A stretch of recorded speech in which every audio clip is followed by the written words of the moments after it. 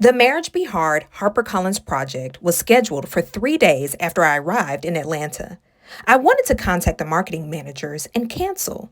Imposter syndrome was kicking in.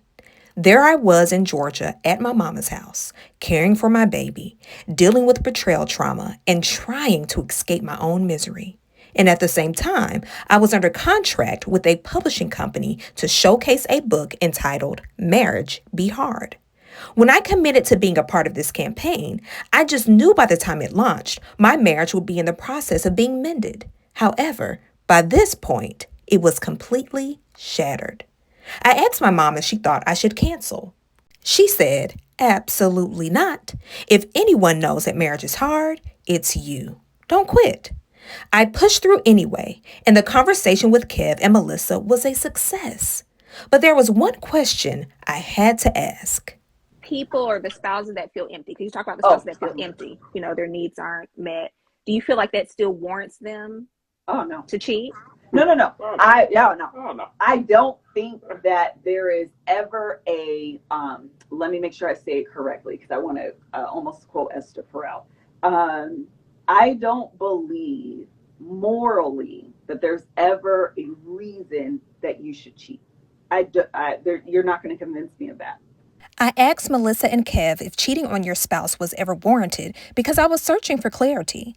In the Christian faith, there are no grounds for infidelity.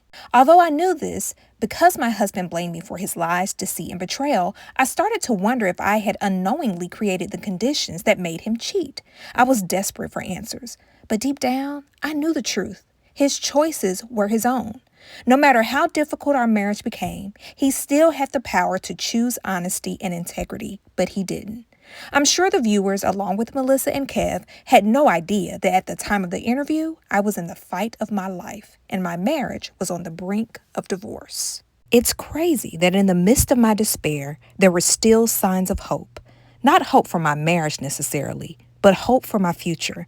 It's not every day that I get the opportunity to interview celebrities, but there I was, broken and sad, while operating in my gifts and walking in my blessings.